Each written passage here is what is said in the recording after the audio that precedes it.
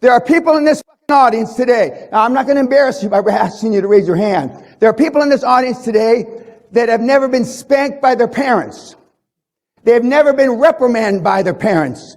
They've never got in a schoolyard fight. They wouldn't say shit if it was in their fucking mouth. And you wonder why the country, the world's so fucked up. I can see. And that's why I call you snowflakes. Because you melt under fucking pressure. I can eat you 10 at a time in this fucking room. And the guys that are 6-pack, 4% body fat, pill poppers, I can take 20 at a time.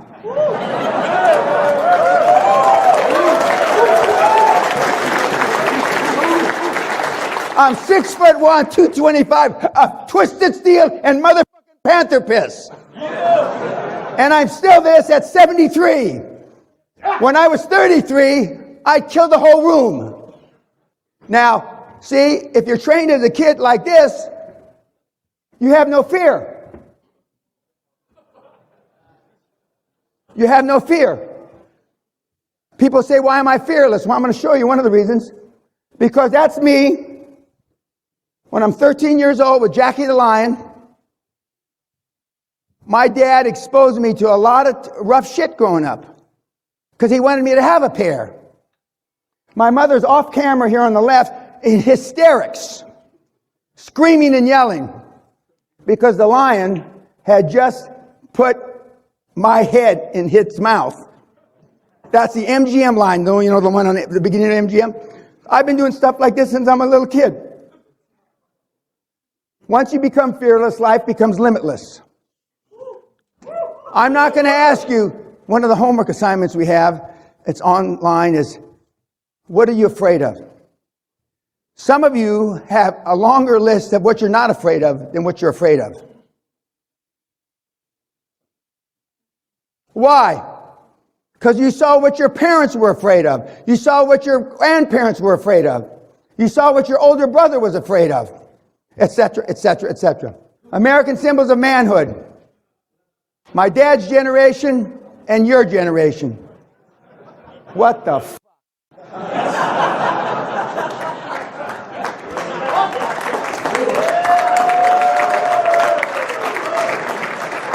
Men back in the days and men today.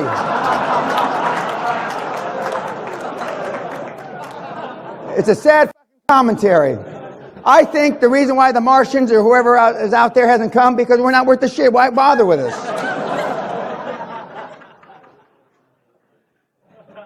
Now, this is a real slide from one of my mentees from Paris. He's so ashamed of being a snowflake and being raised by snowflakes. They have a society in Paris. They go once a month and they beat each other like this. That's a real slide. Many in this room should have been beaten like this. A lot of you are ashamed in this room about being a snowflake. You laugh about it, but laughing is a coping mechanism. You don't like being, you don't like having a dry weenie, and you don't like being a cunt. You know it. Jason is one of the best at what he does.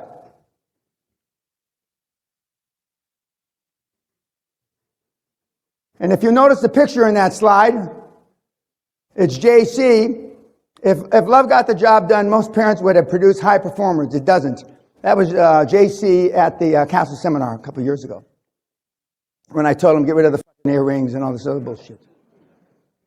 Now, if you think that you're going to blend into society looking like a freak, whatever you're taking, if it's not addictive, give me some of the shit. I mean, so I can hallucinate as well. Life expands and contracts with courage through pain. Being successful at anything. For those of you that played sports in high school or college or whatever, you know the better trained teams normally won. Best prepared teams normally won. How do you get prepared? Through practice, sweat, etc., right? Life, business, being an entrepreneur is no different. You got to practice being successful. I went over this seminar. I could give this seminar in a motherfucking coma. I went over, for every minute that I'm up here, I practiced 10 minutes. And I'm a world-class speaker. Can you say the same? When was the last time you practiced being successful? If ever. Now, part of the reason that I am who I am is because of this man, my dad. He's not a movie star, but he was a rough mother. He had a 56-inch chest, 28-inch waist, and 18-inch arms, and he never lifted weights a day in his life. I'm going to say that again for you pumpers. 56-inch chest, 28-inch waist, 18-inch arms. He was a gymnast. He was the first alternate 1936 Olympics on the pommel horse in rings. When my dad says, stand there and don't fucking move, short of a tsunami knocking me down, I didn't move.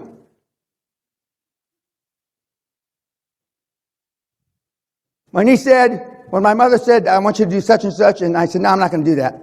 And I said, well, I guess I'm going to have to wait and tell your dad when he gets, no, we don't have to get dad involved. What, exactly, Mom, what did you want me to do again? What was it? And that's how, unfortunately, kids, fear works. It's a shitty thing to say, but motherfucking fear works. Mao Zedong proved it. Hitler proved it. Stalin proved it. And I can go down the line. Genghis Khan, fear fucking works. He was not a great dad, but he was an extraordinary man's man, which most of you in this room can't say about your dad. Most people come to me because they got daddy issues, either on the surface or, as the psychiatrists say, sub rosa. What that means is you had no role model father. I'm the alpha male dad you never had. And believe me, I don't need any more kids. That's a sad fucking commentary that you got to come and listen to a psychopath guy in his 70s who's made a shit ton of money because you didn't have a dad that disciplined you. You didn't have a dad that was a good role model. That's sad. I'm indebted to my father for living. I just figured out what these things are here. I'm indebted to my father for living, but to my teacher for living well. Alexander the Great. That teacher was his mentor. We are shackled by our dad's sins. When one has not had a good father, one must create one. Nietzsche. Children begin by loving their parents. After a time, they judge them. Rarely, if ever, do they forgive them. This is not new shit, but nobody's teaching it, are they? I have no fucking book. I have nothing. I don't want your fucking money. I haven't had to work in 35 years. But I still have more fire and passion than probably anybody in the room. It is easier to build strong children than repair broken men. One of my brothers there, Frederick Douglass. Sigmund Freud said it best, being entirely honest with oneself is a good exercise. We are never so defenseless against suffering as when we love. I cannot think of any need in childhood as strong as the need for father's protection. And for those of you that were raised just by a mom, i.e. you didn't have it. And i.e., where are you? My father didn't have a father. His dad died a few months before he was born. So my dad served in 2 wars, Second World War and Korean War, and he raised me like the military. I.e., then I volunteered. I saw my dad volunteer twice, so I volunteered during Vietnam. You do not what your parents tell you to do, you do what you see them do. I used to work 100, 120 hours a week. I saw my dad never take a day off in 28 years. Just think if your kids are patterning themselves after you, what a sorry fucking bunch of shit that's going to be.